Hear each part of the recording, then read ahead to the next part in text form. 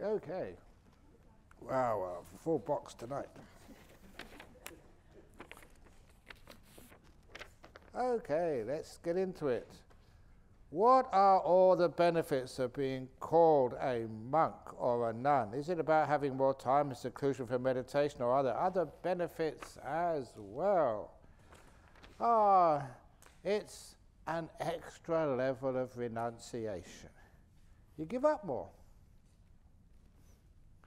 You know, if you do it properly, you give it up more, and you become a member of this worldwide club called the Sangha, which means if you have your Sangha card, you can have free accommodation, free food, in many places in the world.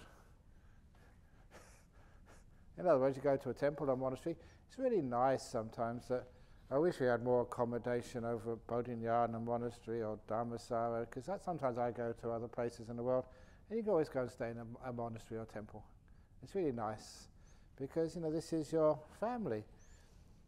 Even that when you go on pilgrimage to India, I think where was it? In the Jeta Grove Monastery. Now, first of all, they said, "Oh, you know, you're a Westerner, you have to pay to go in." They said, "No, I own this place."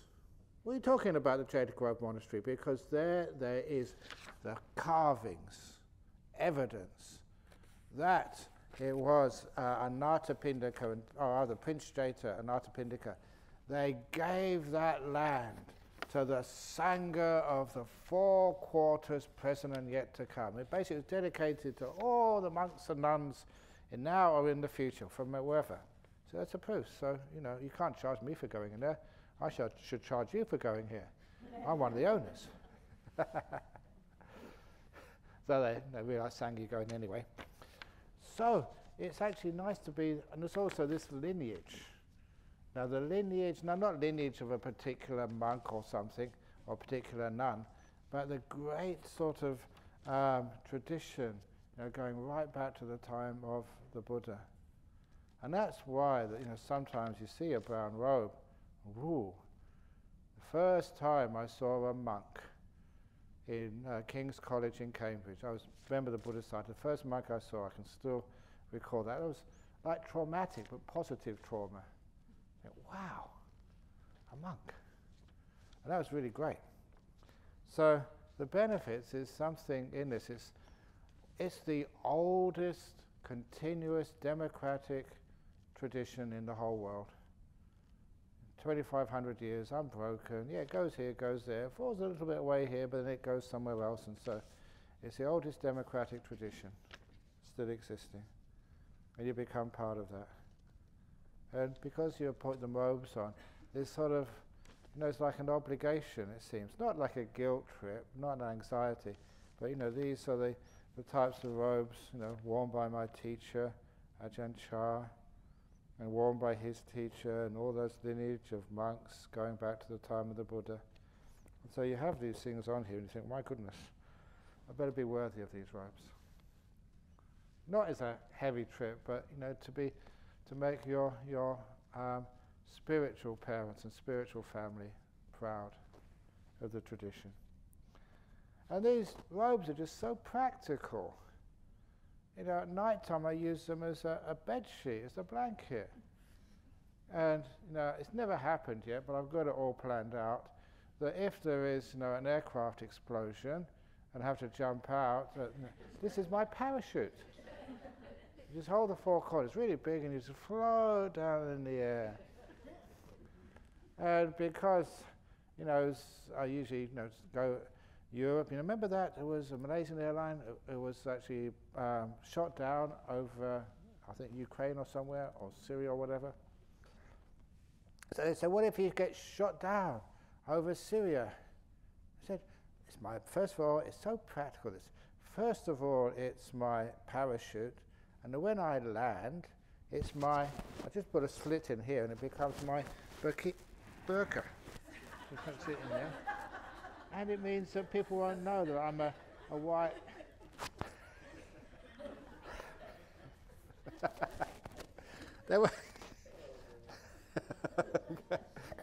won't realise that, I'm sort of an Australian Buddhist. Otherwise, that straight away. So sometimes, and again, sometimes people, well, why do you wear uniforms? And it's because people can recognise you. So often, even in the Western places, that they've come up to me. Just remember years ago in Armidale, these kids came up, tough guys. It's a low socio-economic area. I said, "You a monk?" I said, "Yes." And they said, "Cool."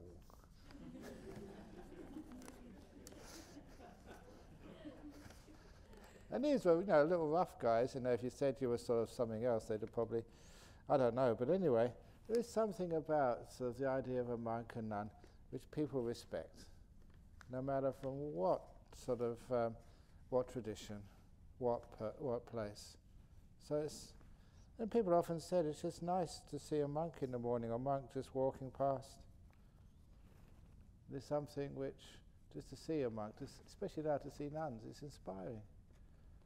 Something which links, this is Buddhist practice, way, way back to the beginnings of the Buddha's era.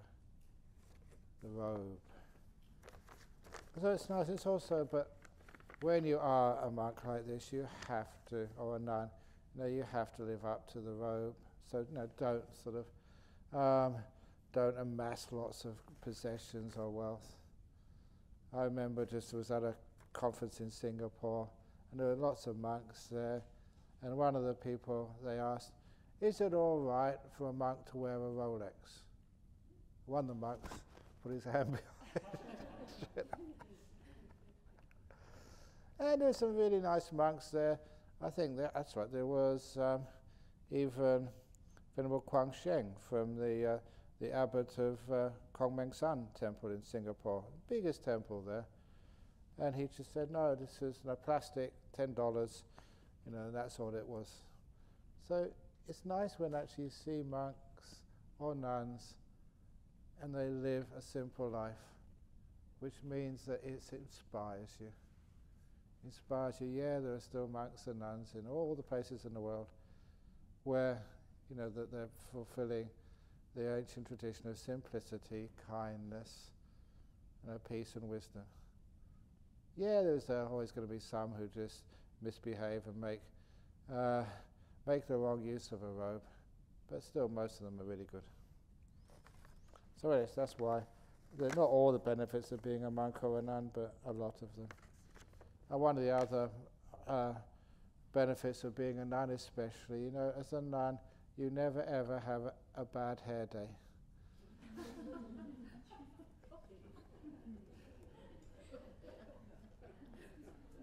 That just doesn't exist for you. So it's great, just you can do all sorts of interesting stuff as a monk or nun. Anyway, wonderful, Ajahn. Why did the Buddha... Oh, it's a joke. Why did the Buddhist coroner get fired? Because he kept printing birth as the cause of death. Why is the birth the cause of death? Okay, another Buddhist joke is anicca, dukkha, anatta. You know what those means? Anicca, impermanence, dukkha, suffering, anatta, non-self. Anicca, dukkha, anatta, walk into a pub. Or if from the United States, walk into a bar. Because a lot of jokes start off with they walk into a bar or a pub. So anicca, dukkha, anatta, walk into a bar. And dukkha said, "This bar is terrible." And anicca said, "Don't worry, it will change." And anatta said, "Who said that? Who said that?"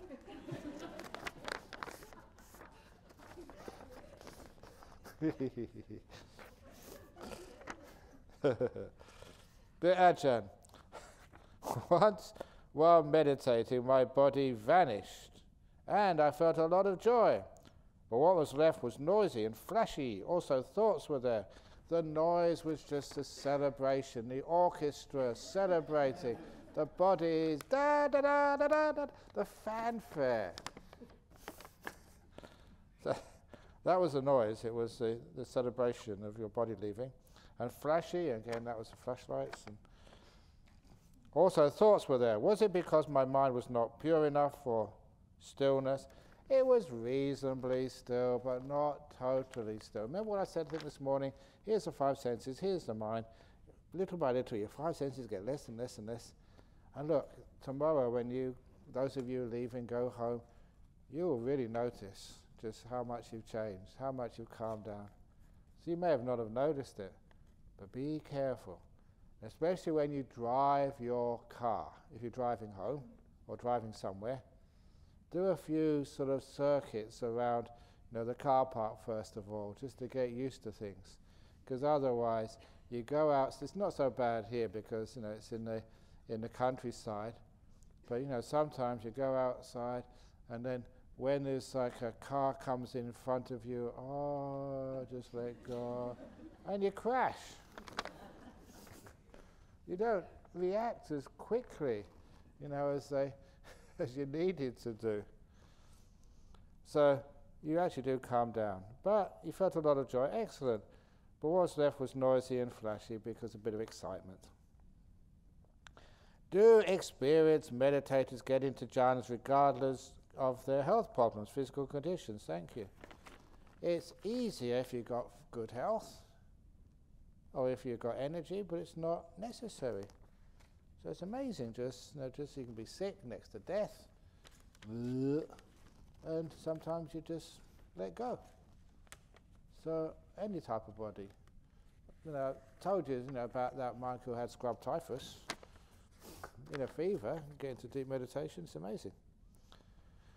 After listening to the Dhamma talks and meditating, I've got an interest in reading and learning more of the Buddha's teachings in the suttas. However, I'm concerned knowledge itself will be a hindrance, obstacle to peaceful meditation. Didn't the Buddha once compare grasping Dhamma the wrong way to grasping a snake by its tail? Yeah, you grasp it the right way and it's patting on the head. I've seen people get into Abhidhana and confuse themselves as well as others. Would you recommend referring to suttas, etc., once you have a good meditation foundation, such as jhanas? Is the Authenticity Project you mentioned a good resource to learn Buddha's teachings? It's a good resource to see what Buddhist teachings are reliable and what is helpful. But the way that Ajahn Chah taught, he said, the practice and the teachings, the practice and the theory, it's like the rice and curry and the sweets afterwards. The main course, the staple, that's the practice. And doing a bit of reading, study afterwards, that's like the pudding or the sweet afterwards. And if all you ever eat is puddings and sweets, you are going to get sick. But it's okay, as long as you have the main course and then some puddings and sweets afterwards. You know that for those of you who go to our Dhammaloka temple, we put all the food out on the buffet tables. And usually the rice first of all, and then potatoes or whatever is bread. And then at the very end, I don't know why we do this, I always put the sweets and the fruit at the end. But at our centre in Nolamara, as soon as I say now you can go and take your food, the kids, they know what to do. They just go to the end of the tables and take all the sweets. I've seen that so often, and you can't stop them. But anyway, at least it sort of makes them keep coming back to the temple. Anyway, so, seriously though, it is important to have a little bit of understanding of the Buddha's teachings. Because, I think I mentioned this is from the suttas, but this is just making it sort of more easy to understand from my book, Mindfulness, Bliss and Beyond. Well, I said getting deep meditation, especially jhanas, is like having a flashlight. So you can really see where you're going. Very powerful mind. But you do need the map in order to know where the territory is. It's great having a flashlight, but if you don't know where the treasure is located, you can look here, and waste a lot of time. You have the map and the flashlight, you're going to find the treasure. And the map is the Dhamma, the flashlight is the deep meditation. Put them together and then you get some really good results. Or like the dynamite and the match. If you just got dynamite, you're not going to sort of blow up defilements. If you just got a match, that's not strong enough. If you've got the two together and they come together, the match and the dynamite, bang! And lots of their delusions get obliterated. That is like the match, the light is like the jhana, and the gunpowder is the Dhamma you've known. Get the two together. You've heard about anicca, dukkha, anatta, not the ones who go into the pub, but the real ones. You've heard about those Four Noble Truths, wanting, and you've heard, even me put it in my way of first speaking, and then you get into deep meditation and wow, these things actually work. You really understand it, and by a little bit more letting go, you go deeper. Bang! So this is actually why you do need a bit of learning, knowledge of the Dhamma, accurate knowledge of the Dhamma, and also the practice as well. Those two go together, and that is powerful. That's why another of my favourite sayings from the Dhammapada, Nati jhana apanyasa, panya nati ajayato, yam hi jhanang cha panya cha sawe nibbana santike, which you all know the meaning of.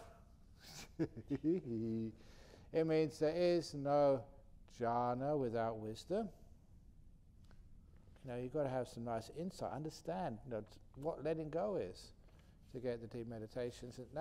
There's no jhana without wisdom, there's no wisdom without jhana. You've got to be still to see things as they truly are.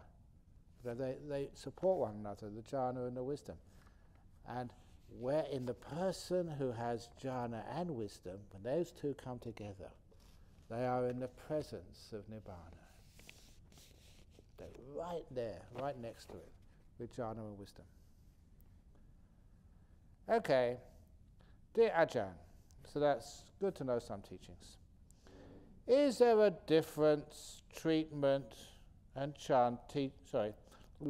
is there a difference treatment and teaching between a Theravada nun and a Mahayana nun? How about the practice of precepts? As I know, Mahayana strongly practice only vegetarian, one of the different practices compared to Theravada. Kindly share your thoughts. Okay, that some monks and some nuns practice vegetarian, not all monks and nuns practice vegetarian. It's actually for me that I'm a humanitarian. So I eat humans, is that right? No, vegetarian, fruitarian, humanitarian. So, okay, that's a joke, lost on you, crikey.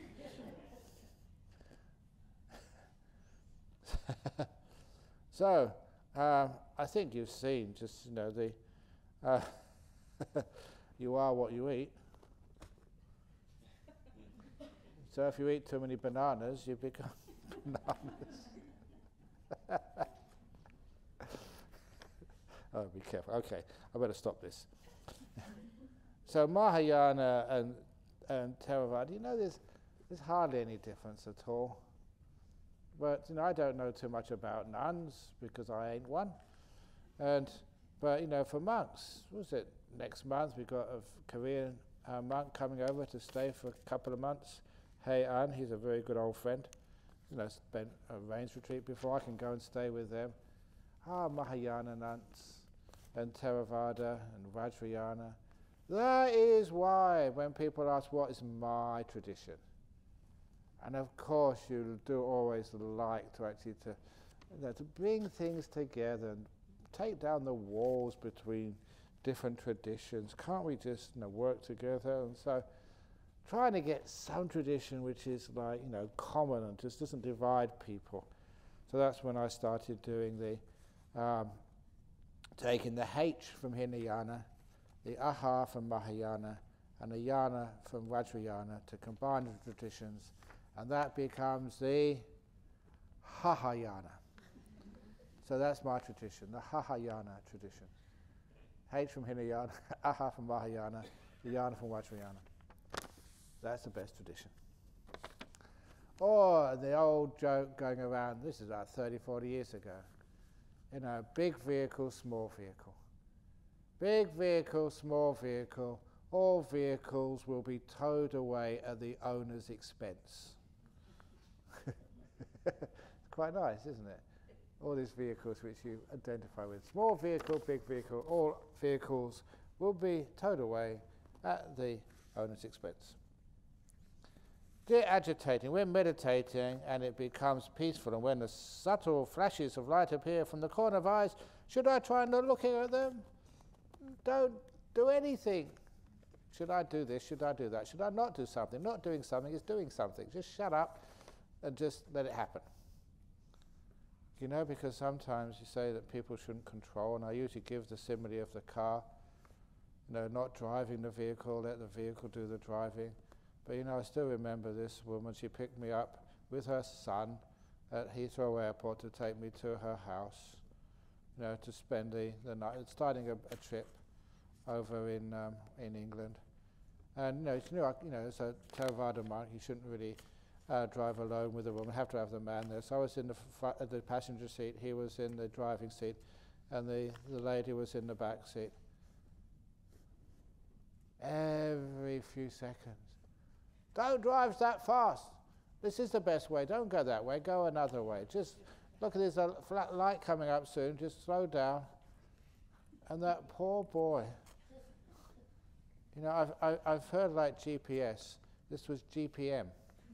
Global Positioning Mother. And she was the most controlling backseat driver I've ever seen. Experience. So yeah, when you try, don't do the driving, but don't tell somebody else how to drive. Just sit back and enjoy the journey. And this is the same with this here. Just let it be. Just see what happens. They come, they go.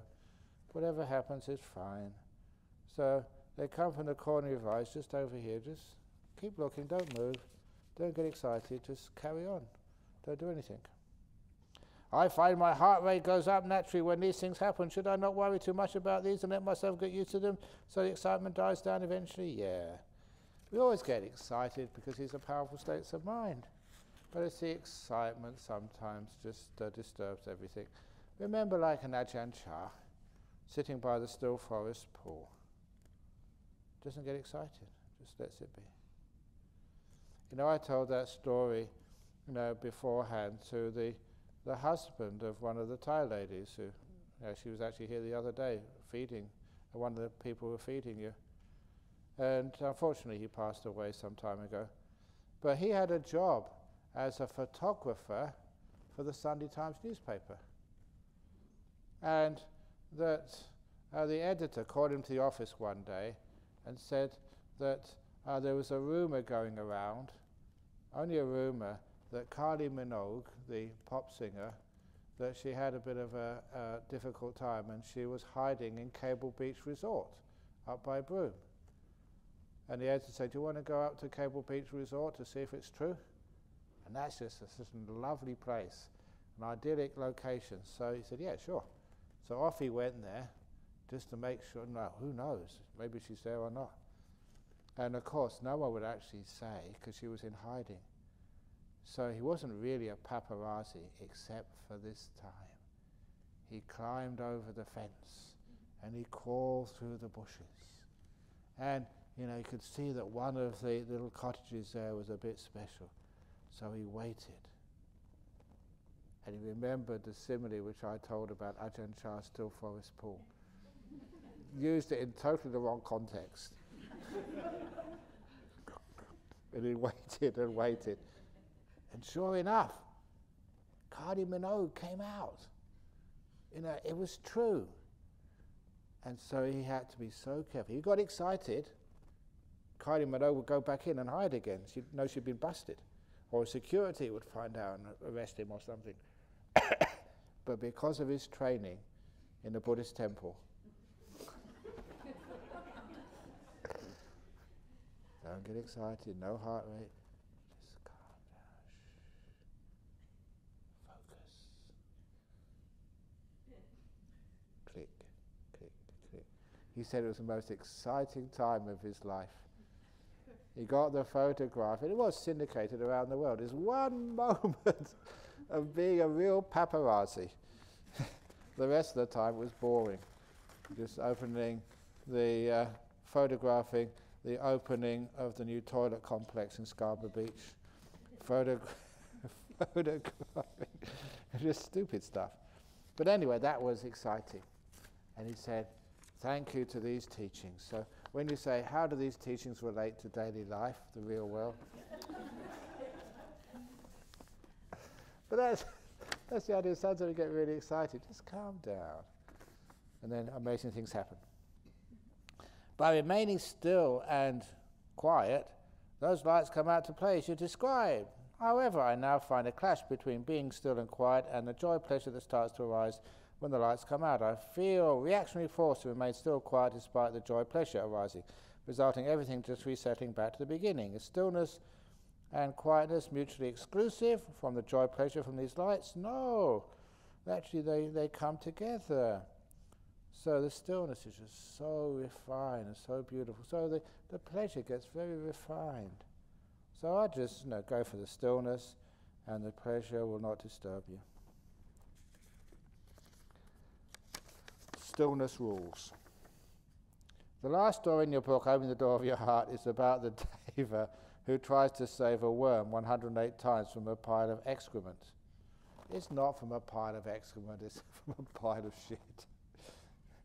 Sometimes people say, Ajahn Brahm, you shouldn't use that word. But it's the word which people use. So you've got to speak in the local language. One of my friends back home wanted me to ask you if this was your sneaky way of hinting that you have been trying to save us 108 times through your 108 stories. Of course it was. Why did I mention 108? Because that's the last story in the book. And the last story in the book was the 108th story, and there was a worm in a pile of dung, and the Deva tried to pull him out 108 times and he wouldn't go. So that was 108 stories to those people who were reading that book, 108 times trying to pull you out, and it didn't work. And it's a great story. And I've got to say it now again because I've started it. There was two monks. And those two monks, best of friends, always hung out together and just, went wandering together, pilgrimage together. And when they died, one of them went to a heaven realm, the other one, because of some bad karma, was reborn as a worm in a hot, steaming pile of cow poo. And after a few days, enjoying the pleasures of the heavenly realm, the friend wondered, where is my mate gone? And he's not sort of close by, so he searched all the heaven realms. Could find no trace of his best friend. So, the human rebirth is one of the best. Maybe my friend has got reborn in the human realm. So he searched all the human realm, couldn't find him anywhere. So, oh my goodness, he hasn't been reborn as an animal. So he looked at all of the really big animals, the monkeys and the teddy bears and the dogs and the cats, and couldn't find him anywhere. So he kept on searching, because if that's your friend, you don't give up that easily. Friendship is just a very strong tie. So eventually he found his friend. To his horror, he didn't know what my friend must have done to get this terrible rebirth as a worm in a pile of hot, stinking, steaming cow dung. Now, if any of your friends get in trouble, if it's a real friend, you can't just ignore them. You have to go and see them, try and help them, no matter what it takes. So the heavenly being appeared in front of the pile of cow shit, and he called out, say, worm, worm! And this little worm poked his head out of the cow poo. Yeah, what do you want? And the heavenly being said, do you remember me? Oh, don't know who you are. Get out of here. He said, no, wait for a minute, worm. In your past life, we were the best of friends. We were monks together. Oh yeah? So what? Well look, worm, I have been reborn in this beautiful heaven realm. It's so fragrant and peaceful and kind. And he described all of the joys and peace and the beauty of heaven. And the heavenly being said, and I've come to help you. I can come and take you to heaven. Come on. Hang on a moment, said the worm. I just want to ask you one thing before I go. Up there in heaven, is there any shit? No, of course not. We don't have stuff like that up there. Well, said the worm, I'm not going. I like my cow poo. I like my pile of shit, which I live in. It's my food, it's warm, it's fragrant and so comfortable. When I tell that story, I recall the story of my experience in the toilet over there. I'm wondering if that was a sign that I was a worm in my previous life. The most beautiful piece. No. But anyway, there was, no, I don't want to go. I like my pile of shit. And so the heavenly being could not convince the worm to go. So he thought it had to be a bit more assertive. So he said, look, if I can only catch that worm and take him to heaven, he could see for himself, ehi pasiko, opanaiko, pachatangwe titabo winyuhi, to be experienced everywhere. When you experience it, it's obvious. So he decided to grab the worm. And he grabbed the worm and tried to pull it out of its pile of dung, but the worm didn't want to go. It was attached to its lovely pile of poo. And so it was wriggling and trying to escape. Now, if you imagine a worm who lives in a pile of poo, it's just so slimy, and it didn't want to go. It wriggled and slimy, and soon it slipped out of the heavenly being's grasp and went right into the deepest part of the pile of poo. But you don't give up that easily. So the heavenly being held his nose and put his hand right searching for the poo. Now, if you want to imagine what this must be like, imagine, it was the Queen Elizabeth. Refined, just really sort of lived in luxury all her life. Would she put her hand in a pile of poo to rescue, Prince Philip or something if he got reborn down there? Of course not. And a deva is much more refined than that. So the sacrifice of putting your fingers, in such stinky, filthy stuff was amazing. Just, his ability to just renounce and just try and help someone. The compassion was immense. So he searched around, he found the worm, pulled it out again, but the worm never wanted to go. So wriggled, got free, and hid again.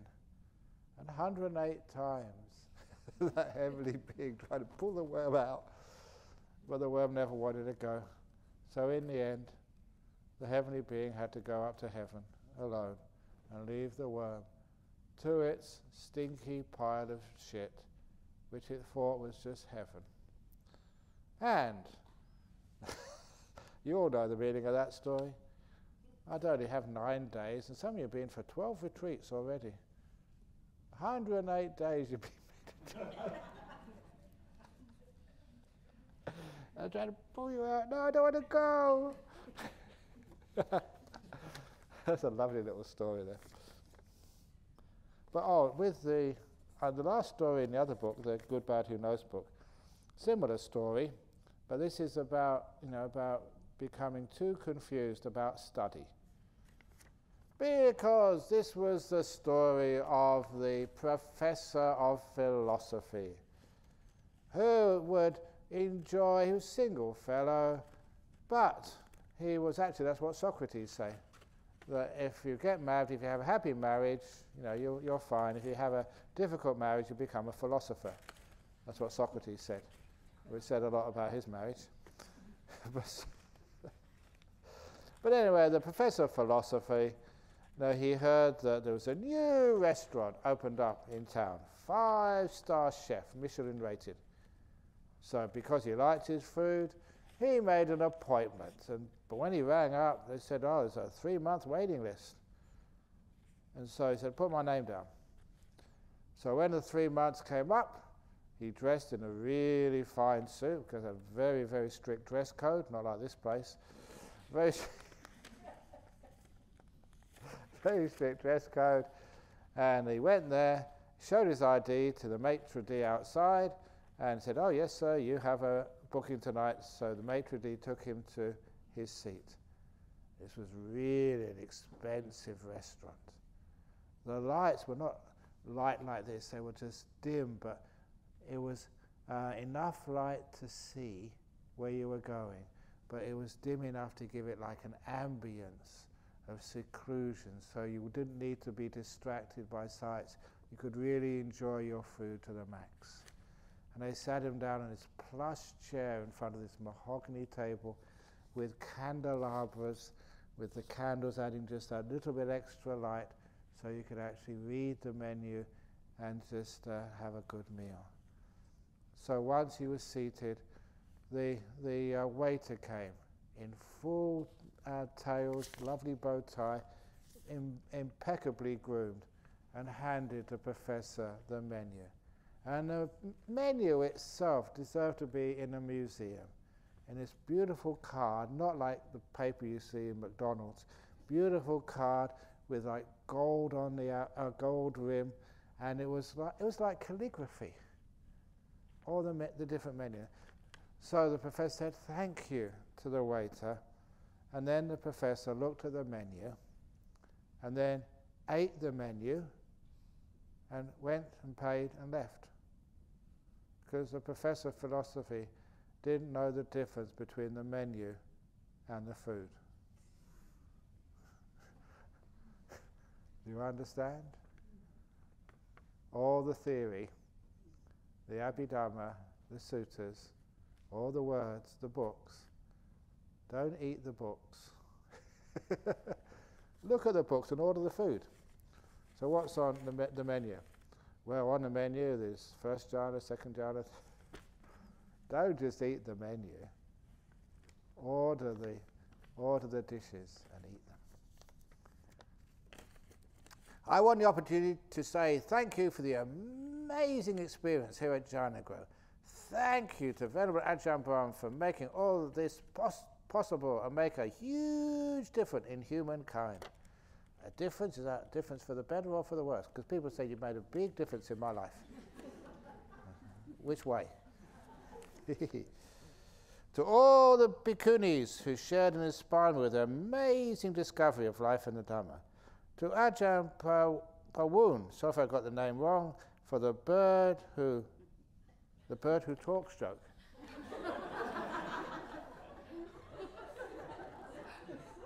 I haven't heard that one. Do you want to share it?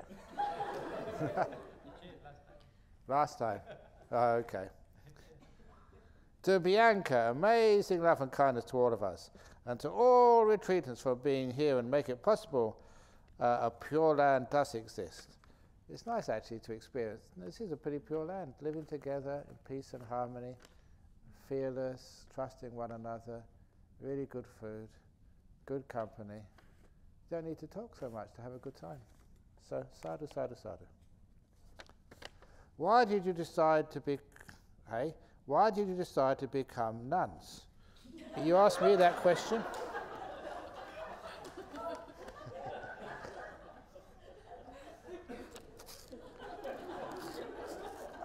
You don't really look in the mirror all that time, just.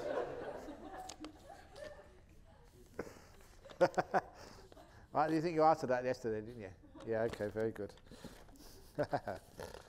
Could you please tell us the story of the man in Thailand who people thought had drowned, but when he was resuscitated, a different being had entered his body?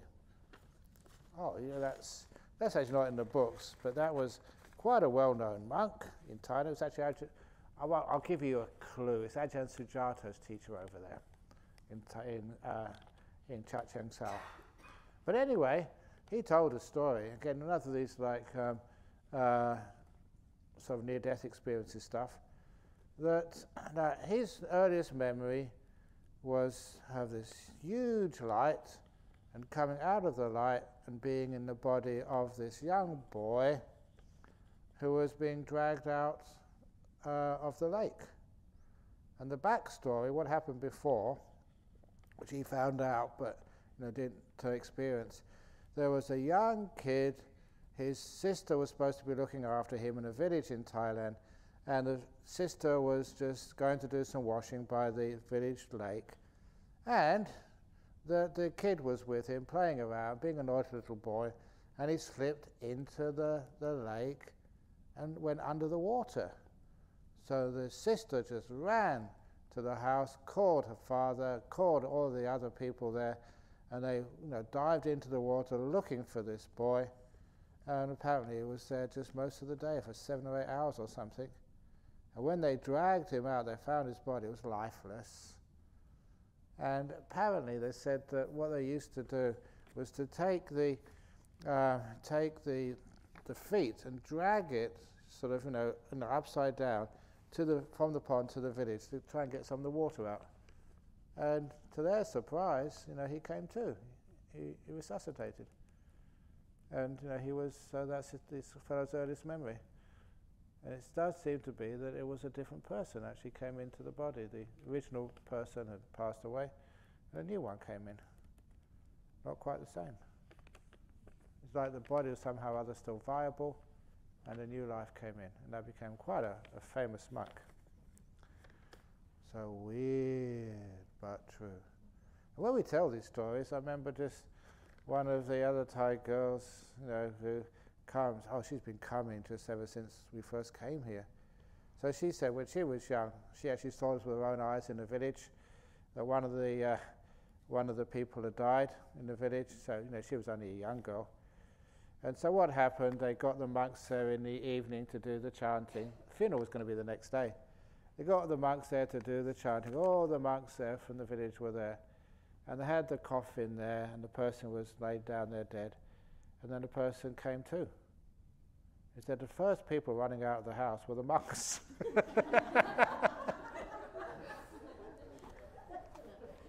That's what she saw. They scarfed really fast. But sometimes it happens. Are all 5 sense pleasures equally harmful to meditation, or are some worse than others? Not so much harmful, they're disturbance. So it's the sense of sound is the last one to go. So, smell, taste, and what's the other one? So sight, they're not so difficult to shut down. But the two really difficult ones to get past are the sense of feeling, bodily sensation, and sound. So that's most of meditation is learning how to calm those ones down, so that you can find a way. And this is like sometimes the breath. I call it like a stepping stone to cross over from the bodily feelings into just the mind. So to let go of the body all in one go is a bit difficult. So you go halfway in the stream, you let go of most of the body sensation, but you still have the breath, and then from the breath to the mind. Just one way of looking at it. Can we have a group photo opportunity tomorrow, please? Well, I'm a bit concerned about photographs because the reason is, I do go to Indonesia a lot, and the Venerable Sri Panyawaro, who is, his monastery is in Wihara Mendut, not far from Borobudur Temple. He told me that they have to stop flash photographs of that ancient monument because the flashlight is actually degrading the stone. And I say, the same thing is happening to me. All these photographs is degrading my face. People don't believe that. So, if we can get everyone together, but the trouble with a group photograph, you get most people there, and then someone's in the toilet. Or someone they're just catching a few things or something. So it's really hard to get everybody there together. So anyway, if you want to arrange that tomorrow, that's fine by me. And a group photograph, because there always has to be somebody taking the photograph, and they obviously not in the photo. So quite often we line everybody up, And then I volunteered to be the photographer. So you can no. Ajahn, when you had sexy thoughts of the remote monastery, did you have jhana yet? You're not supposed to tell whether you have it or not. It's okay, you can tell about, your bad states of mind. You're not really supposed to say too much about your good states of mind. But, I knew how to meditate then, but this was an obstacle which, was coming up. So, yeah, you do get deep meditations, but then you've got to do some more work to get another paycheck. And I was maybe trying too hard. I thought you said jhana is better than sex, and so it should end all sexual fantasies. Should do. We all know that meditation retreats is better than going on holiday. That doing dharma is better than going shopping. But does that stop you going shopping?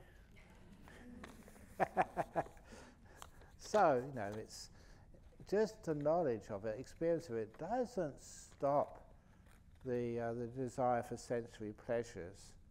That's only eradicated with the very powerful experience of anagami. So what the deep meditation does, it subdues it, it weakens that old habit.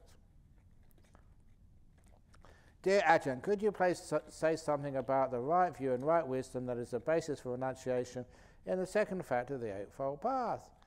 Well, the right view that nothing is permanent anyway, so you can't take it with you. Even though this lawyer, every time he said, I can't take it with you, started contemplating, why not? There must be a loophole somewhere. So that's what lawyers are like, they want to find loopholes.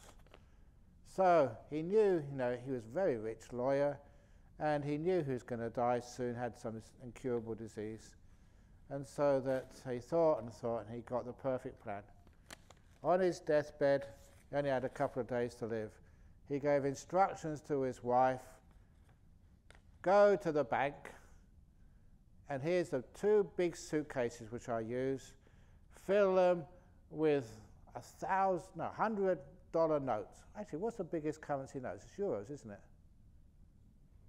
I don't know, anyway, with 100 US dollar notes. Do they have 500 US dollars? No? They do? I don't know. We don't have any money launderers here? Okay, say $100.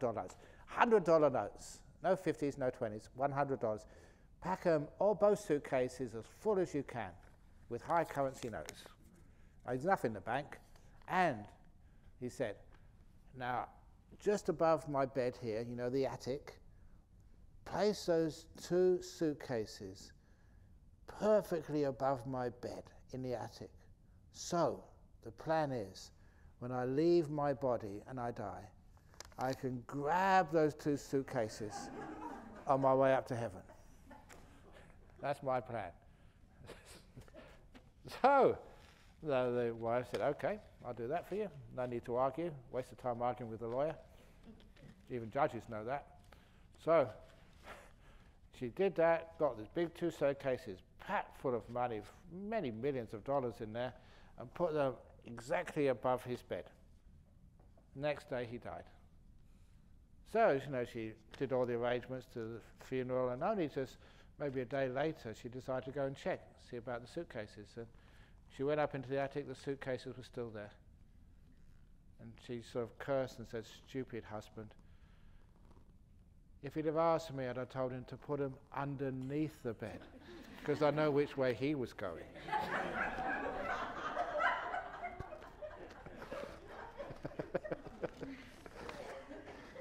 So you can't take it with you, but you may try.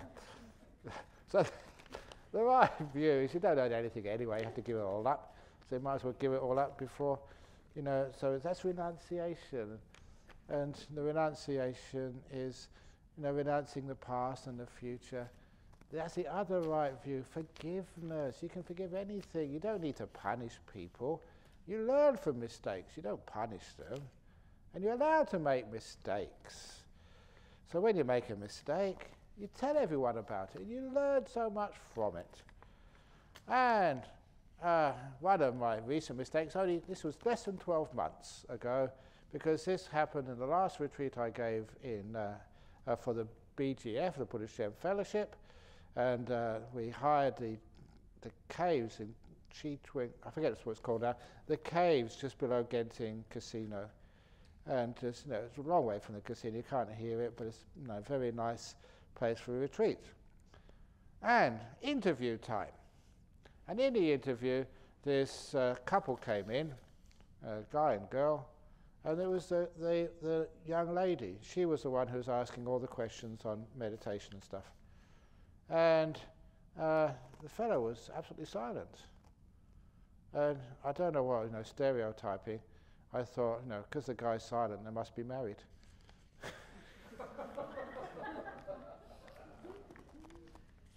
Please excuse me. But, and then, she looked about sort of early 20s. He, maybe sort of late, mid-30s. And so I asked her afterwards and said, is that your husband?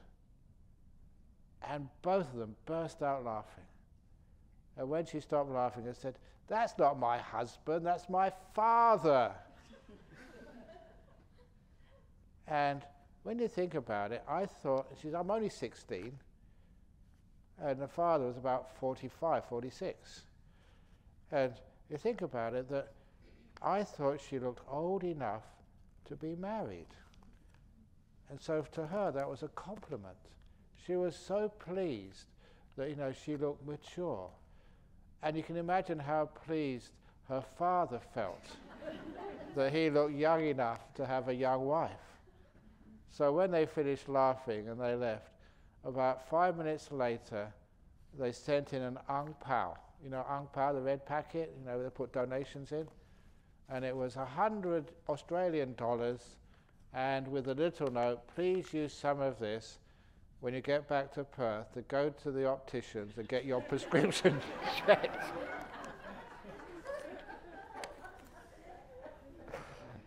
But out of that mistake, the temple made $100. Good little earner, so mistakes are just very lucrative. And it's also made people laugh as well. So that's the right view. You let things go, you laugh. In your past, you can't change anyway, so laugh at it, be kind to it, and it disappears. The future, be compassionate towards it, and then it's, you don't worry, be hopey, and then you find out everything goes pretty okay. So you renounce the worry of the future. You renounce the burden of the past, especially the ill will. And that means that you get some freedom. Simple wisdom. From right view, you can let things go. And also that, there's nothing to no one here anyway, so what's there to attain? So you just relax. Let it go. Enlightenment is not your problem. None of my business. Sick? None of my business. Going to die anyway. Get it over and done with. So when you do that, you get so peaceful, so free. So right view, you can spend lots and lots of time on right view. There are recently many bad monks and fake nuns on the news in my country. Fake nuns. Which country are you in? I hope it's not Australia. My dad is now very skeptical about donating to monastic. How to ease his skepticism? You never donate to a monastic. You donate to the temple. And make sure that the temple is always audited, like we are over here, so you can see the accounts. There's a couple of people, I know Lucky knows, she's on the committee, so that every cent has to be accounted for. So that's the trouble. Monks should never have to have money. So what do they need money for? And people say, oh, but you've got to be travelling. And I said, look at me. I travel so much, and I don't take money with me. You know what? And sometimes they say, don't you take an attendant with you when you go travelling? And people say, can I be your attendant? I say, what do I need an attendant for? If somebody takes me to the airport, and then when I get into the aircraft, it's about, maybe about 20 attendants in there, called flight attendants. And then someone picks me up at the other end. And you know one of the reasons why I like travelling alone, not with an attendant, because if someone's travelling with me, they keep asking me questions about meditation and Dhamma and no peace at all. Because this happened to me when I was at Malacca. I forget what I was doing. Oh, it's actually the old temple there was having its 100th or 200th anniversary or something, and I got talked into just giving a presentation there. And on the way back from Malacca, somebody drove me to the airport. And when you're being driven to the airport, you can't sort of get out and go somewhere else. You're stuck. So they could ask me questions as much as they wanted, and just I couldn't sort of get out. So they asked me questions. At least here, if I get tired, I'm going to the toilet. But you can't actually get out of the car and just go to the toilet. So I was stuck there for a couple of hours answering all these questions. We got to the airport. Now I can have a nice quiet time on the flight back to Perth. Should never sort of just anticipate that things are going to work out as I want. Because you know what happened? I was sitting on the window seat, minding my own business, and there was a gentleman sitting next to me. And then I thought I was pretty safe, and then this woman passed by, and she stopped, and she looked at me and said, "Are you Ajahn Brahm?" I said, "Yeah." I said, "I can't lie. I can't say, no, I'm not Ajahn Brahm." So, "Yeah, I am." He said, "Oh, I really wanted to discuss something with you." I said, "Well, I'm terribly sorry, but this gentleman is sitting next to me." You know what she did? She said, "Oh, sir, would you mind exchanging seats?"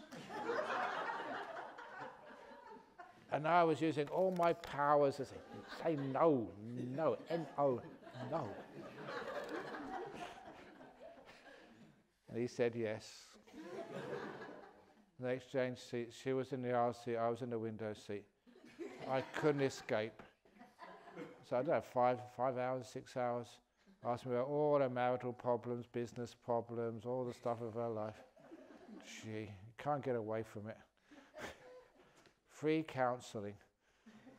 But anyway, that's part of life. You can't change it, so you just have to accept it. So, anyway, we're going to get on to this. So, all that, I don't need sort of money when I travel. So, what monks and fake nuns? Oh, do you mean those monks who actually just walk down the streets and they sort of ask for money and they give you something back, those fake monks and nuns? Because every now and again you have those in Melbourne and Sydney and Singapore and stuff. And they're all sort of part of gangs because sometimes people are gullible. And they say, please give a donation, otherwise it's bad karma.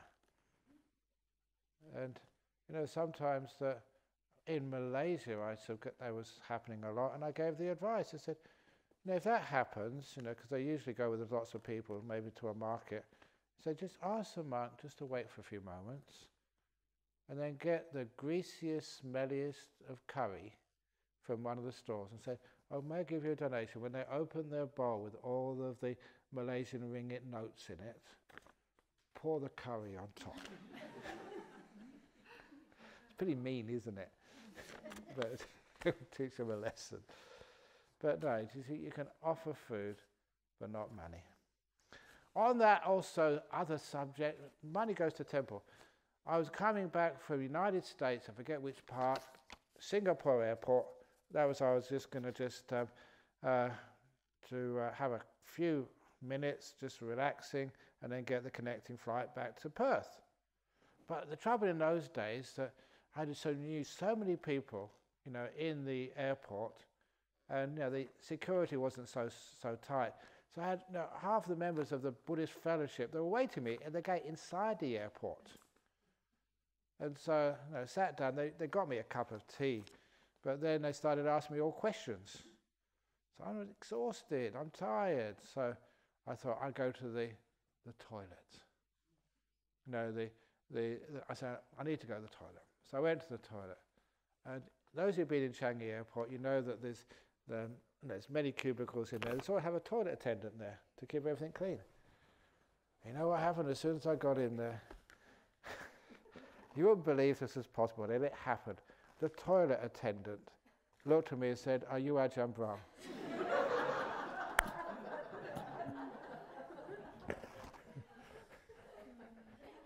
even in the men's toilet you can't escape. It's unfair. At least he never took a photograph of me in there, but all he did do, he was asking some questions. But I always remember this story because he said, oh, that's wonderful, can I make a donation? And I said, look, you know, I'm a monk, I keep my rules, we don't accept money. He said, oh, well, can I send it to you? And so we got, you know, the paper hand towels, and I wrote the address of Bodhinyana Monastery on that paper hand towel and gave it to him. And noticed it was about 2 weeks later, there was a donation maybe of 20 Singapore dollars came through. And I thought, oh, that was so sweet, because those guys are not rich. But, you know, he wanted to do something. And that's brilliant, so beautiful. I really treasure that little donation. Someone really so poor, you know, working in the toilets, toilet attendant, but still he had enough faith that I could actually give him at least the address so he could actually send it in the post. That's what was really nice. So anyway, just all the money goes into the, the suicidal spiders' home. Remember that story I said? So I think there's plenty of space in the donation box for the spiders and whatever. During my meditation today, my whole mind appeared bright. Yay! I then followed my breath a bit more and the mind became dark. Oh, let go, don't follow the breath, follow the light. At this time, should I be mindful of the mind or keep following the breath? No, the breath has done its job. That is trying to land the aircraft in Jhana Grove. You can't land aircraft in Jhana Grove. They go to the airport. The breath gets you so far and then leave the breath there and just let the mind take you deeper. The nuns were not okay yesterday evening. Ooh. That's what it says here. The nuns were not okay yesterday evening. They were very, very good. Sadhu, sadhu, sadhu. So was Bhante. Sadhu, sadhu. Question. I understand that even at the time of the Buddha, other non-Buddhist meditators achieved jhana. Other non-Buddhist meditators achieved jhana. What evidence can be given to prove that the Buddhist teachings analyze jhana correctly? Is this something one has to directly experience? It was very, not proven, but very contradictory to say there was other non-Buddhist meditators achieved jhanas. They had Alavakalama Uttakarama Putta, never says they achieved jhanas, said they got into the state of nothingness and neither perception or non-perception. And the Siddhartha Gautama, not yet the Buddha, still a bodhisattva, said that they wasn't conducive to enlightenment. Later on, in places like the Atthaka Nagara Sutta, said that they were conducive to enlightenment. So there's a contradiction there. Right in the suttas, the Buddha says one thing in one place, another thing in the other place. But they, very unlikely that those were based on jhanas. Otherwise, why would the Buddha have to reflect all the time when he was a young kid to remember the jhanas? It is more convincing that those two teachers did not teach jhanas. They teach these two states which were not based on jhanas. They weren't the real thing. The other piece of evidence, which is really convincing, was one of the disciples of the Buddha was a person called Chitta. He was a general formerly, and that he was very well known in the area, and that one day he went to see Mahavira, otherwise known as Nataputta, the founder of the Jains. And it was a historical anomaly that, why this actually happened. The Buddha and the founder of the Jains appeared, in the same part of India at the same time in history. Two major world religions appearing, together. And Mahavira was, or Nataputta, as it's said in the Buddhist canon, was centered in Nalanda. Not that far, almost walking distance, from the Vulture's Peak, the Bamboo Grove. And many of you who've been on pilgrimage, know this. Nalanda, the great university, the birthplace of Sariputta, and that was also the place where Mahavira lived. The Jains, two huge religions, the same place, the same time almost. Anyway, that Chitta went to see Mahavira. So these were, you know, the opposition, if you like. And so some of the rules which the Buddha did, like, you know, not cutting trees, you know, they did that because the Jains would not do that. So there's many of those rules, you know, were literally keeping up with the Jainses. It was true. We told that joke during the video class. But, so Chitta went to see Mahavira, and Mahavira said, "Oh, here comes a well-known disciple of the Buddha." I said, "He should know this. We were just talking, discussing this crazy idea coming from your teacher that through meditation you can stop thoughts. You can have a state of awareness without thoughts.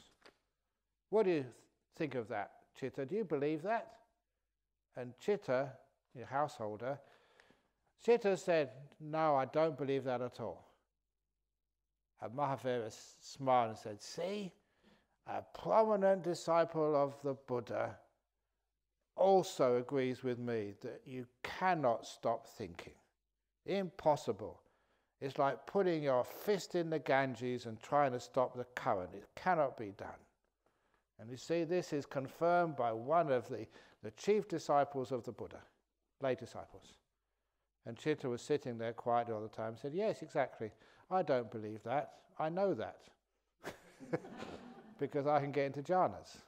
He was an anagami. And Mahavira said, "These disciples of the Buddha are sneaky and tricky.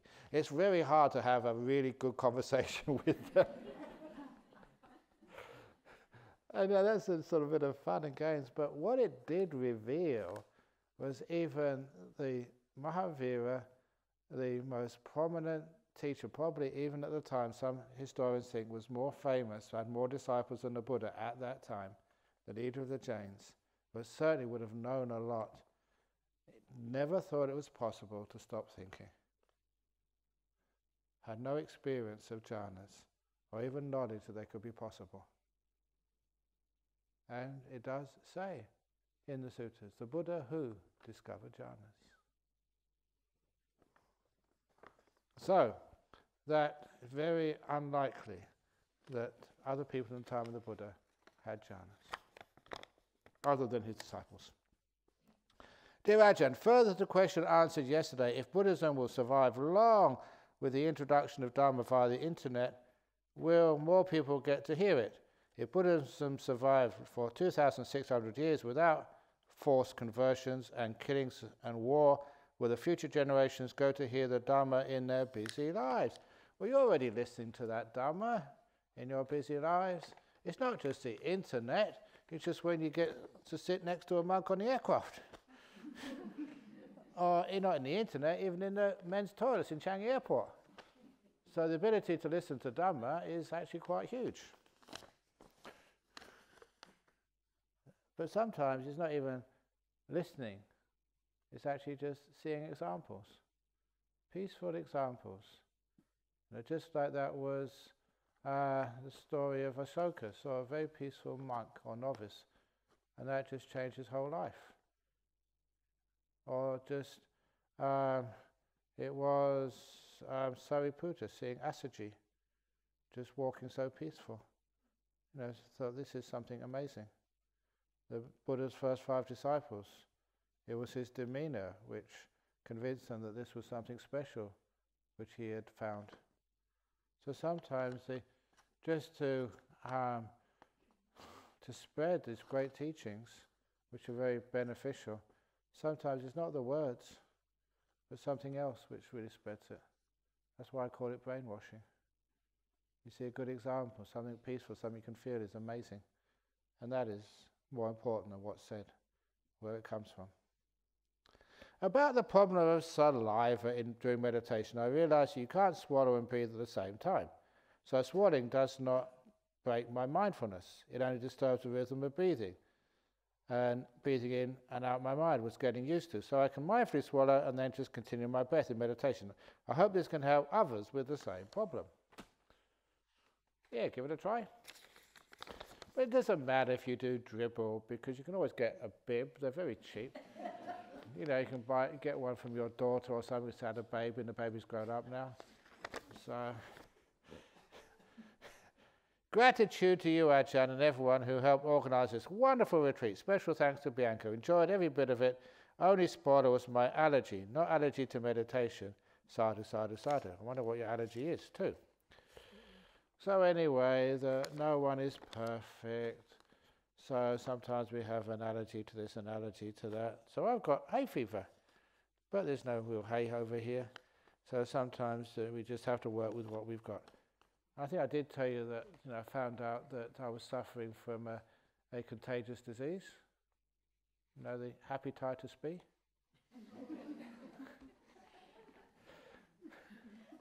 Listen, not hepatitis, happy-titus.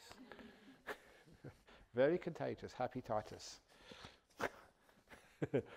B for Buddhism. Dear Ajahn, your generosity in all the volunteers in Sangha at Jhana Grove has been overwhelming. It has put my own capacity to give without expecting anything in return into question. I want to give my sincere thanks in teaching me this profound lesson, and I leave this retreat with a renewed commitment to work towards the betterment of all beings selflessly. Much great gratitude and metta. You know, giving not expecting anything in return is just such a beautiful thing. And, you know, often, you know the answers, but sometimes all these people who come to offer dana to you, all those people over the road there, they come and offer food every day to the monks, and some of them, I say, have been coming there for 33 years, 34 years. The only time they miss is they're on holiday or they're overseas, or if they don't come, they're really sick. And I ask them, some of them, they get up really early in the morning, 4 o'clock in the morning, and that's just they've gone shopping beforehand, the day before. And then they come and they just make sure that they start cooking, and it's really good food. You know, sometimes it happened, some of the Thai ladies used to come here, the husbands would complain. And they complain in front of me. They say, my wife doesn't cook nice food like this for me. And the wife would turn around, yeah, because you're not a monk, ordain and you'll get some.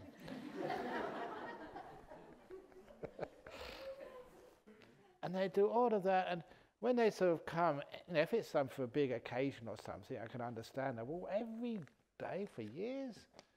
And so, every now and again you ask them, you know the answer. But, when other people are in hearing, they say, why do you come here for such a long time? And they say, because we get so much happiness here. You get so much happiness from giving. And there's not much which I can do to give, but every now and again you have these opportunities. And this one time, about a year ago, that I collect these iPads, to bring back to give you during the meditation retreat. But I was transiting in Changi Airport again, and there was this Western girl, and she was trying to get some sleep. She was on one of the couches, and she was tossing and turning and trying to put her hand over her eyes because it was just too bright. And so I got out one of my iPads. I said, here, I have these. And she looked at me and gave me this huge big smile and put them on so she can get to sleep. It didn't cost me anything. I had lots there in my bag, for you. We still got lots left. I get lots of happiness out of that. I know, didn't have any money to give her, but I had something which was really useful. It's beautiful when you do things like that. You don't expect anything back in return, but my goodness, you get heaps back. There's any chance to give. And you can't do that very much as a monk, except by giving Dharma, or sometimes by opening the door for you. I love doing that. So, whatever you can do to give is beautiful. Ajahn, can jhanas replace sleep? They reduce sleep, and if you get jhanas regularly, you hardly sleep at all. So, almost. Thank you for the wonderful retreat and for your teaching. Finally, I'm enjoying my meditation. Oh, crikey. That really makes me happy. I've given something, just the fact you can enjoy meditation. Because sometimes meditation has this terrible thing. It's religious, you're supposed to do it. But, people don't really have fun with it and they don't enjoy it.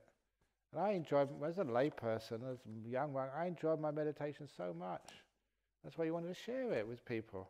You don't want to sort of give you a hard time or torture you. So when you enjoy the meditation, that makes me very happy. And it also knows once the enjoyment starts coming up, it's going to take over and you're going to really get some big happiness. What made you choose to become a forest nun? Aren't you scared of all the wild animals? The wrong question. But look, there's more wild animals in the city than there are in the forest. And you know that. You just bikies, thieves, robbers. Wow, there's huge wild animals out there in the forest. Sorry, in the city. But you go into the forest and it's wonderful.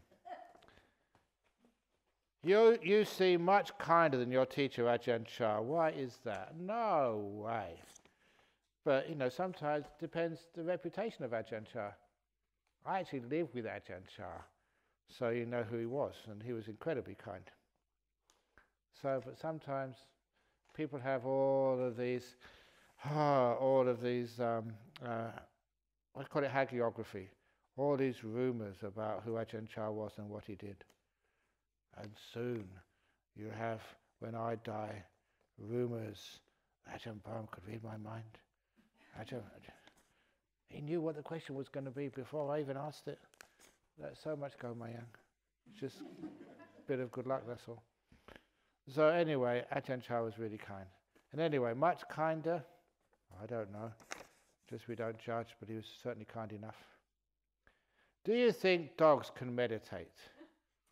I've got 2 Jack Russells who are usually very busy and bark at other dogs that go past the house. They also hate the postman and can hear him a mile away. However, when I meditate, they wait outside my room to come in. When they see me pick up my blanket and speaker, I do guided meditation. The dogs get either side of me and close their eyes and don't move, not even when they hear the postman. Sometimes they rest their heads on me. That's called sloth and torpor. So it's obvious they are meditating. They've got hindrances. Is there any way to explain this? Of course. The dogs, they can pick up on what you're doing. I say the dogs can meditate. Don't know if they get into jhanas, but sometimes you see them sleeping and they sort of, you can see their tail wagging or their little paws moving and stuff. So they're having some great fantasy there somewhere. And it's the same when they're meditating. Why not? Ajahn, could you please explain how to open the door to your heart when in pain? Yeah, you get the knife of letting go. So when you're in pain, you find if you close the door of your heart to it when you're in pain, the pain gets worse. So just experience the pain, however you can, and just see, just with the, just the mindfulness, what makes the pain less, what makes the pain worse. Just experiment, trial and error, and you find sometimes, the pain has got less. Why? And you'll find that is what we mean by opening the door of your heart. That's what compassion means. That's what letting go means. Because sometimes people say, we know letting go, you should let go, but how do you let go? This is how you train yourself to let go. Not in the theory, but try your body. You've got a pain and ache. If you let go, control, let things be, relax, you find the pain gets less. That's compassion. The old story, my mum, whenever I used to play soccer in the street, falling on the ground, getting sort of scabs on my knees, and because of the blood drying off, every time I'd hurt myself, my mother would kneel down and kiss the wound. And the pain would always go away, every time. Kiss it better, she would say. And never got infected. A mouth with so many germs on an open wound, no infection at all.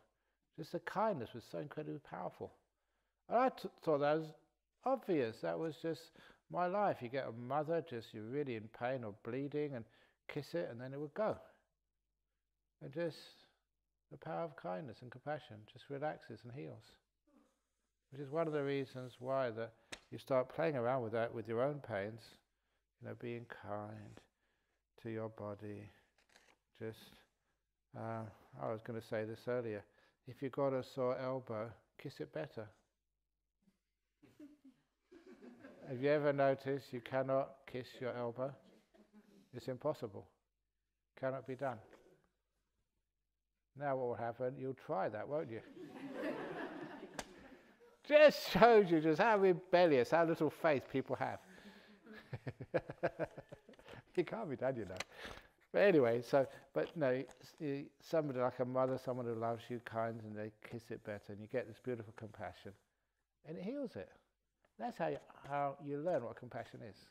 Kindness, by its result. Relaxes, heals, pain disappears. So you try that on your body, and when you learn how to relax the body, take away pain, that was compassion. So that's where you learn. Not from the books, but from your experience. And that's how you learn how to open the door of your heart. It's amazing. Dear Ajahn, are the eye masks ours to keep? No, they don't belong to you. They're entrusted to you, and when you finish with them, you can give them to someone else. So you can keep them until the time you become fully enlightened, and then pass them on to your disciples. Yeah, of course they're yours. They don't belong to me. They don't belong. Just make use of them. So yeah, you can take them away. We take medicine sometimes with the clear intention of killing bacteria. You murderer. How do you reconcile this with the first precept? Now, the Buddha's very practical. If you can see it, then you have intention to kill it. If you can't see it, if it's microscopic, then it doesn't fall within the 5 precepts. It doesn't fall within the first precepts. So, you can put, tomorrow when you're supposed to be cleaning up your rooms, if you're cleaning up your rooms, you can put the disinfectant into the toilet bowl, and as you put it in there, say, die, bugs, die.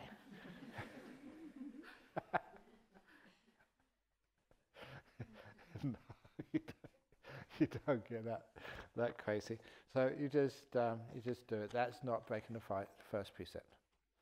Some years ago, I watched a documentary about a man who had a heart transplant. The man was a drinker, smoker, abusive to his family, and virtually illiterate.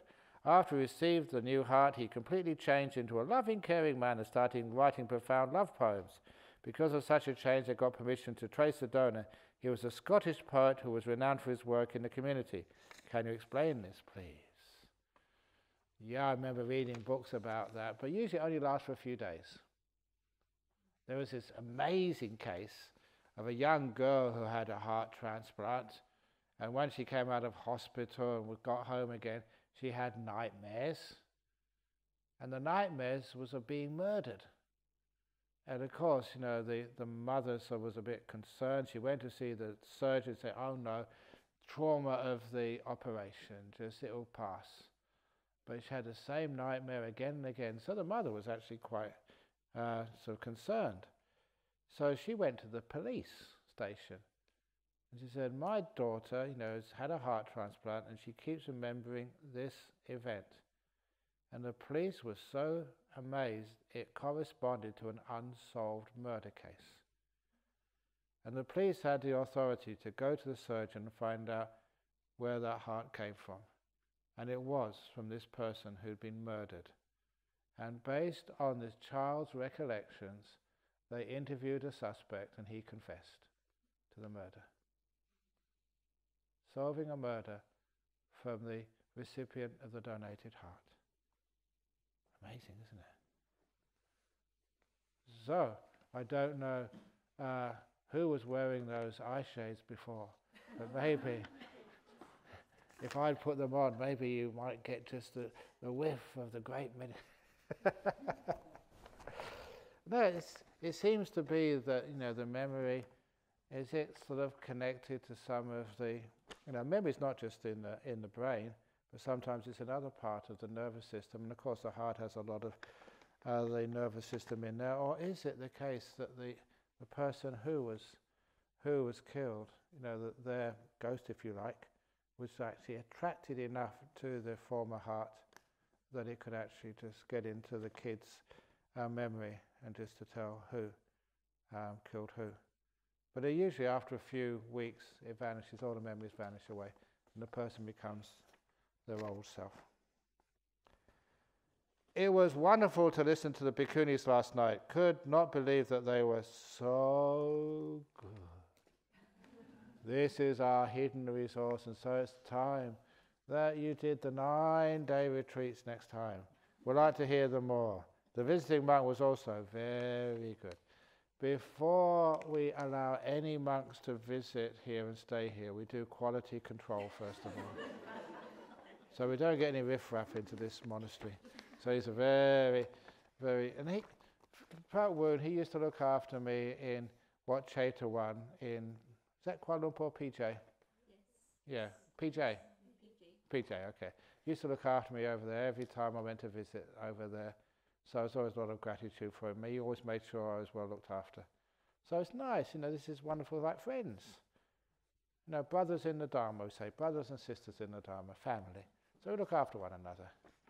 So of course we only allow high quality, and also high quality women. Check them out. And then if they do QC stamp. We actually should put that tattoo somewhere. QC. Approved by Ajahn Brahm stamp.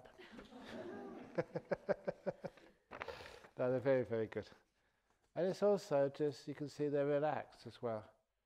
So, just the teaching of being peaceful, kind, not forceful, not angry, not telling people off. And just to see them just so calm and quiet, it's very nice. So thank you for all the lay people in this retreat for making my first retreat such an enjoyable one. Thank you to the people that bring Dana daily and Bianca for taking wonderful care of us. Thank you, monks and nuns, for your wisdom shared yesterday. I learned a lot from walking meditation sharing. And thank you, Ajahn Brahm, for all your wisdom and for setting up Jhana Grove, truly the most peaceful place on earth. Thank you for teaching me how to meditate. No question. Thank you to your wisdom here. Very good. So where's the complaints going? Oh, I told you, that's right. You've already given the complaints to Bianca. Only the praise comes over here. That's very nice.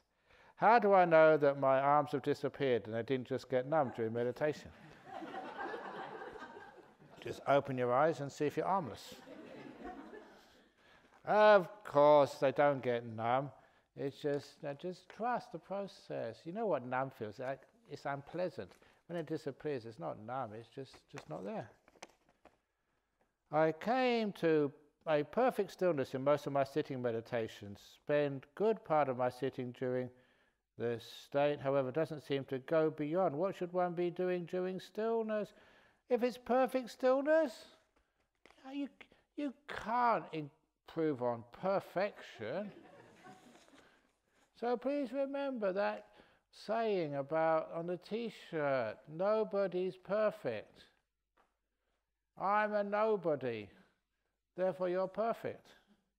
End of problem. So if you're still, what should you be doing during stillness? Just stay there and wait. Build up your credit and then the paycheck will come. Is it listening to silence or waiting for breath to appear again? Please explain. Thank you so much for the wonderful retreat and your great wisdom. No one's actually complimented me on my jokes yet. Just my wisdom for setting up this place. There must be a reason for that. But anyway, there's two types of waiting. I haven't mentioned this yet. Waiting for something to happen and waiting in this moment. One is waiting in the future. When's the mango going to fall? When's it going to happen? I've been sitting silent for such a long time. Come on, I haven't got all day, That is waiting in the future. That's not real patience at all. People confuse that as patience. Just waiting, come on. But no, there's real waiting is waiting in this moment. Like the waiter waits on the table, always aware of this moment, knowing what their clients want. Are the positives that come from making merit, offering to monks and nuns, the same as generating good karma by doing kind things for people? You mentioned giving to enlightened monks and nuns makes greater merit. How did the Buddha know this? Can you explain? Yeah, more bang for bucks. In other words, if you say, give some money to a sort of an alcoholic, what would happen is they buy some more whiskey or more drinks. But if you actually just donate that money to like a place which is a refuge or a place where alcoholics can get a good night's sleep, warm, safe, and look after them and maybe get some counseling and find out why they're alcoholic, obviously you make much, much better results. So one of the reasons why offer to a monastery or to a hospital, hospitals are great, but you know that sometimes that the doctors, they learn from monasteries that how to care. Not to cure, but to care is more important. You learn so many little other techniques, like compassion takes away pain.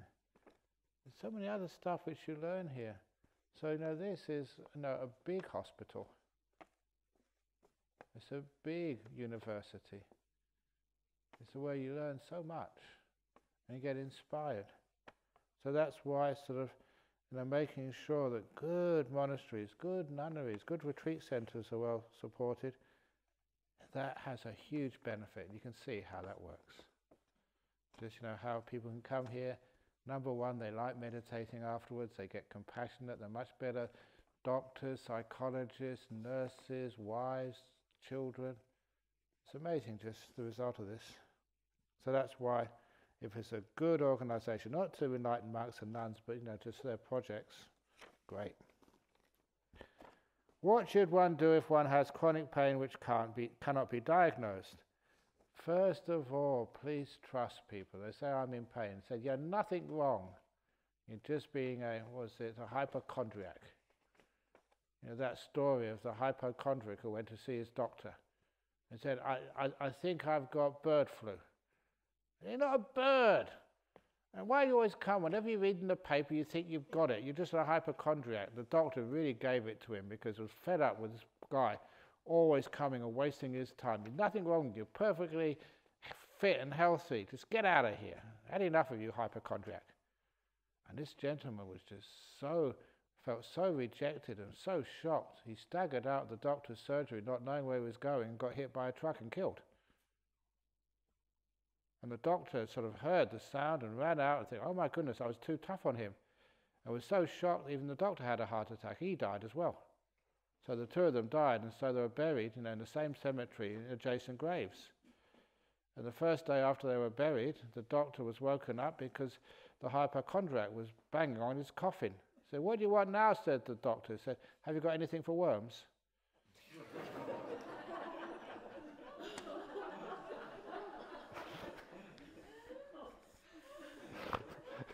No joke.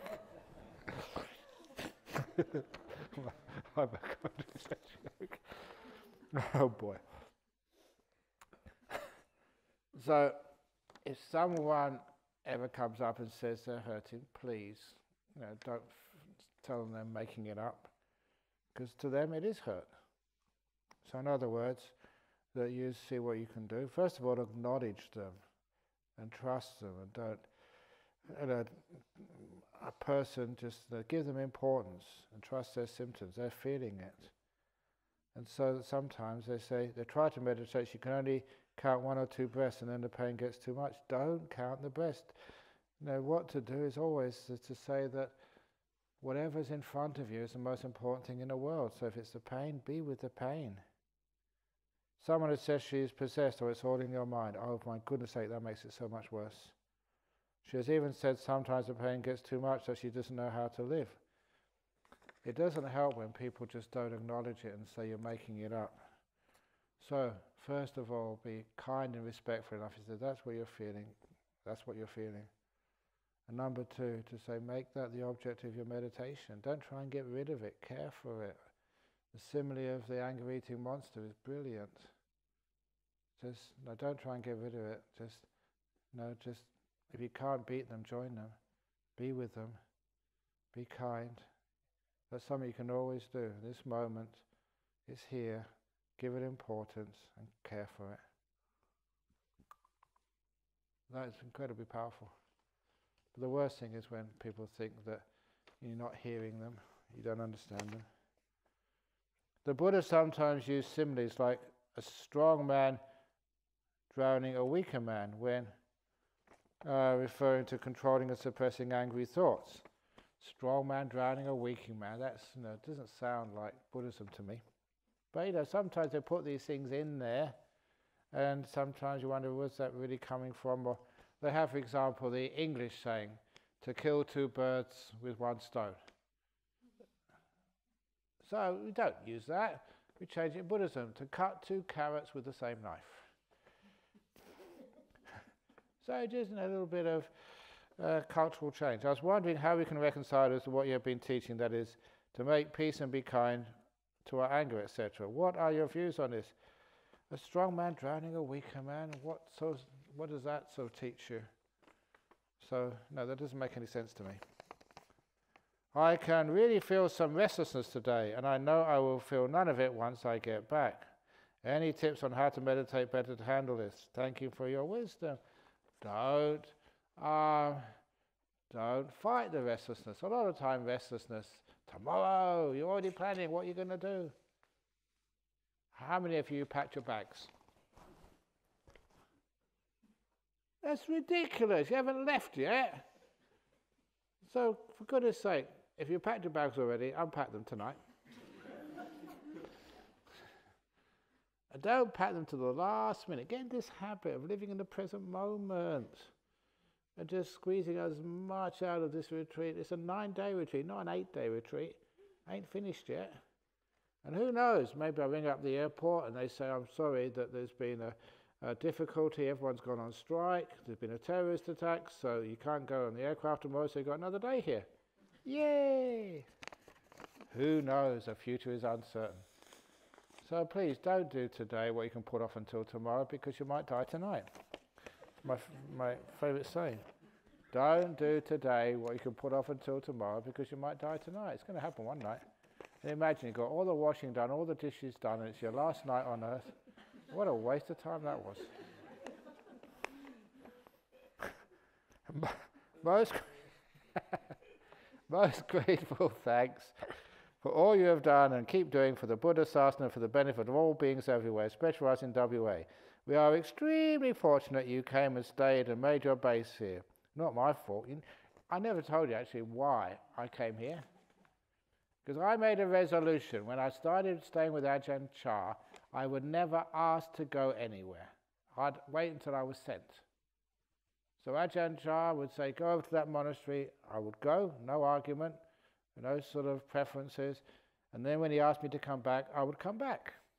I just let go of my will, my preferences, and just a nice little practice, I would go wherever he sent me. So Ajahn Chah sent me to Perth. And about a month after Ajahn Chah sent me to Perth, he had a stroke and he couldn't give orders anymore. And that's why I've been stuck here ever since.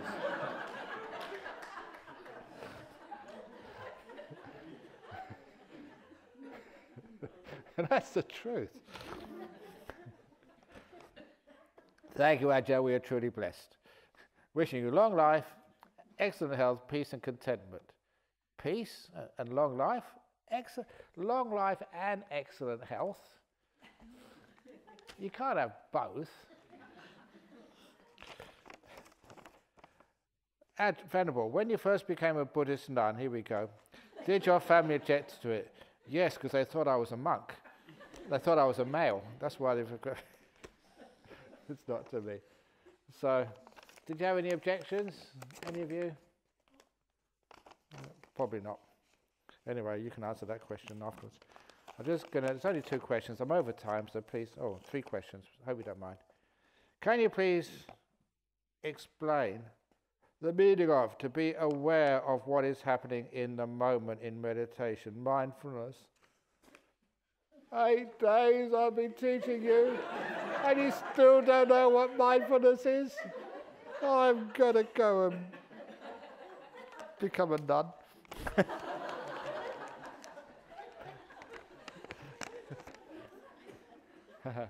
No, just learning just how to be right now. No past, no future. Being in the moment, being silent. That's awareness. Can you please tell us a bit about your nunnery and the process of building it? That's your question. I haven't got a nunnery. I've got a monkery. Why they call it nunneries and not nunsteries, like monsteries? That's not monsteries, monasteries, no, not monsteries. Dear Ajahn, doing samatha leads to jhana, but doing vipassana leads to the path of nirvana. What are your comments? That is go, my young. You need samatha and vipassana to get jhanas and nirvana. You can't have one without the other. So that is not the word of the Buddha. Oh, no, one more. There's nunneries. Oh yeah, these are all nunneries. Stuff. So I passed these questions. When you first became a Buddhist nun, did your family object to it? Can you please, if your family do object, if any of you really want to aspire to being a Buddhist nun, what a wonderful gift that is in this world. You've seen examples of how they can inspire and just, to lead a community and to make Buddhism as it was in the earliest days equitable. You don't care if you're a monk or a nun. If you're Caucasian, if you're Asian, if you're African, it doesn't matter. Just as long as you're willing to actually wear the robes with sincerity and with respect to what they mean and inspire other people. So what a wonderful thing that is. And so if somebody stops you from doing good karma, that's really bad karma. So I tell this to people that if your daughter wants to become a nun, or your son wants to become a monk, and you stop them, that's really bad karma. That's really unfortunate. So I tell that because some people become so superstitious. When I tell them, if you don't let your son become a monk, it's really bad karma. Really big bad karma. Really terrible bad karma. Okay, go off, become a monk now, quick. Because it is true, stopping people doing good karma is a wonderful thing to do. As I used to tell Dr. Kesri Dhammananda, in Malaysia in particular, but it's many other countries as well, people are so inspired when their daughter becomes a nun. When somebody's daughter becomes a nun, but as long as it's not your daughter. In other words, my daughter, oh no, not mine. Because sometimes people feel that the mothers and fathers, they feel this, they think they've made a mistake. How come that, they've often become to a monastery? It must be some terrible thing. It's not, it's a wonderful thing to do. And of course, you can see the quality of people who become monks and nuns. They're not sort of the dregs of society. They're people they could be very wealthy, successful in the lay life. So it's not as if they become monks or nuns because they've got nothing else to do in life. It's not because they're even running away from suffering, but they're running away to something more meaningful. A beautiful thing to do in their life, to inspire other people. And when many paths in this life are becoming just a bit meaningless, how much money do you need? How much power do you need? How many children do you need? What's the purpose of life? So actually to be a monk or a nun, a good monk or a nun, meditating, inspiring, serving, doing a huge amount of good work in this world, it's actually an inspiring lifestyle. If we only had more monasteries and nunneries, we would, at universities, get the career day stall. The career days when people actually recruit people for IBM or for Apple. They recruit all the most skilled of the graduates, and we should be doing that in universities. Become a monk. Become a nun. Job security, job satisfaction, and retirement out of this world.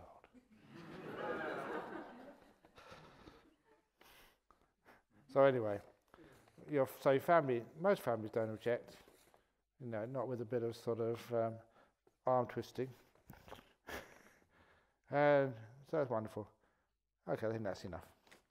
So, that's it, folks. So, this is the last night of this retreat. Are you enlightened yet? Are you going to go home or back to where you, and people are going to ask you, what did you get out of this retreat? Nothing. Are you going to be embarrassed? Are you going to be upset? Should you stay up all night and meditate? Go for broke. Everything you've got, go for bust. If you think like that, you haven't listened to a word of what I've been saying all week. So just relax, let it go. And then who knows? The Ananda method might work for you. Give it a try. Hit the pillow. No, it didn't work, so if it doesn't work, then get up in the middle of the night and then try again. Okay. Sadhu, sadhu, sadhu.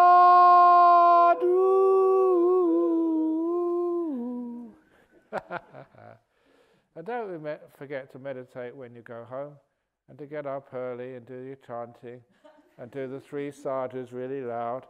That must be grounds for divorce from your partner and your neighbours. But at least you learned a bit of fun and joy and put energy into life. Thank you very much. So good night, everyone. See you tomorrow. Maybe.